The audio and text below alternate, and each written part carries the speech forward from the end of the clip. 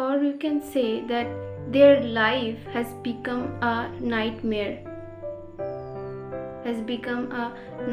scream, that their real life experiences is harming their dream.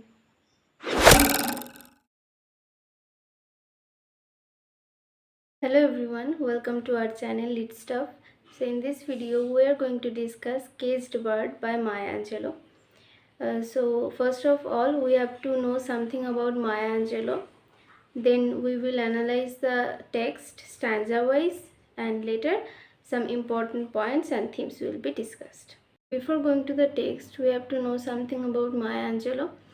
She is an American writer and an activist of civil rights. She received dozens of awards and more than 50 honorary degrees. She is famous for his series of 7 autobiographies, which focused on his adult experiences and childhood experience. The poem was first published in 1983 in Maya Angelou's poetry collection, Why Don't You Sing? In the first stanza, poetess is saying that a free bird leaps on the back of the wind and floats downstream till the current ends and dips his wings in the orange sun rays. Here, the poetess is trying to describe a free bird who can roam everywhere in the nature and repeatedly uses the word and floats the downstream and dips his wings and dares to claim the sky, because by using this word he tries to pressurize the uh, theme that the bird is free, he can do anything. Also this freedom make it powerful. That's why poetess is saying this in the last line, that and dares to claim the sky. So there is a idea of American colonialism, where the Americans wants to take control of every land that belong to others. Moving to the second stanza. But a bird that stalks down his narrow cage can seldom see through his bars of rage. His wings are clipped and feet are tied, so he opens his throat to sing. In the second stanza, a poetess is describing the situation of a caged bird who is caged with captivity. Look at his situation. He is caged in a narrow cage. His wings are clipped. His feet are uh, tied. Actually, this stanza is establishing a juxtaposition that a free bird can fly wherever he wants.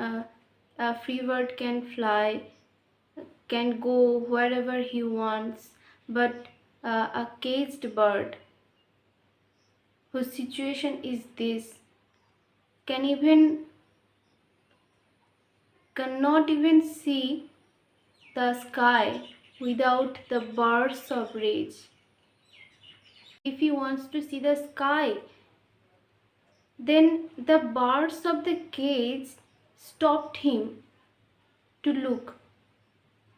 Actually, the image of the cage is itself a symbol of some tortures that has been done on African American black peoples.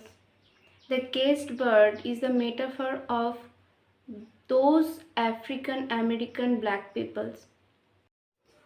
in this situation, the only way to express their pain, to express their selves, to express their longing is to sing for freedom. That's why he opens his throat to sing. In the third stanza, the caged bird sings. The caged bird sings with a fearful thrill of things unknown but longed for still, and his tune is heard on the distant hill, for the caged bird sings of freedom. Again, in this stanza, Angela is talking about the caged bird, where he is singing, but the song, but he is singing with fear.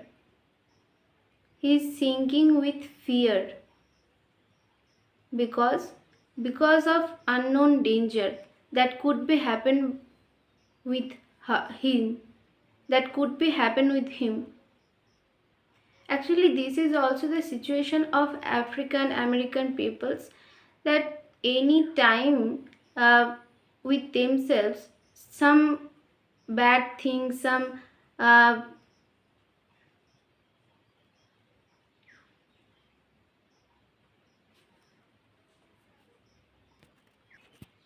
some ferocious things could be happen, and we can get a image that we can get a image of their lives. Despite of this fear, there is a longing to free, longing to be free, longing to live life freely, happily, without fear. And his tune is heard on the his tune is heard on the distant hill, for the caged bird sings of freedom. Moving to the fourth stanza, poetess is talking about the free bird. The free bird thinks of another breeze, and the trade wind soft through the shining trees, and the fat worms waiting on a dawn bright lawn, and he names the sky his own. So here somehow poetess is talking the daily life of a free bird, where a caged bird live with captivity and sings for freedom. In this line, and the fat worms waiting on a dawn bright lawn. Here, poetess is talking about the freed bird's fantasies, where the caged bird struggles to sing a song, where he sings the song with fear. If you look closely to this stanza, then you can find that this stanza, the tone of this stanza is more peaceful. Here are some examples, that a dawn bright lawn, where there is a symbol of light, where the caged bird has sunk on darkness. The free bird lives his life in light.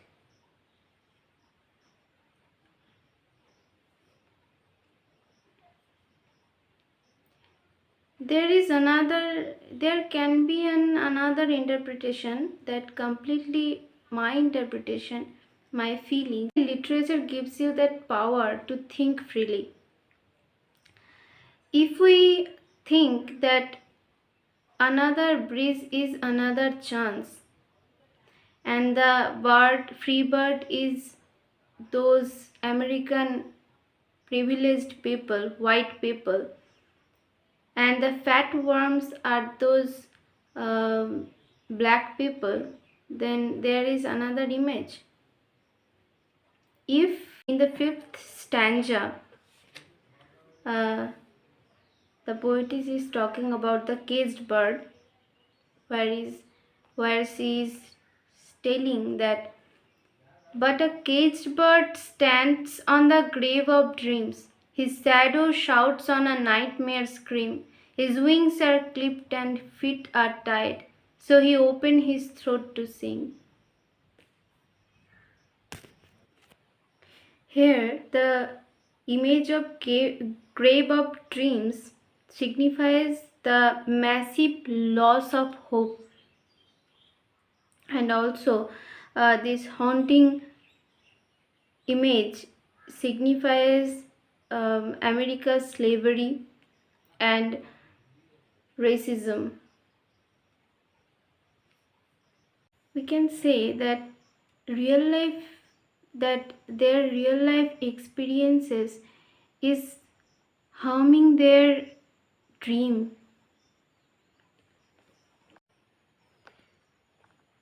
or you can say that their life has become a nightmare scream. In the sixth stanza, poetess again talking about the caged bird. The caged bird sing with a fearful thrill of things unknown, but longed for still, and his tune is heard on the distant hill. For the caged bird sing of freedom. While nothing has changed for the black people, but they are trying to demonstrate their situation. They are facing, they are fighting. His tune is heard on the distant hill. It can be interpreted as though the caged bird cannot travel by himself. That's why he is trying to reach his message through his voice. That's why he is singing so loudly.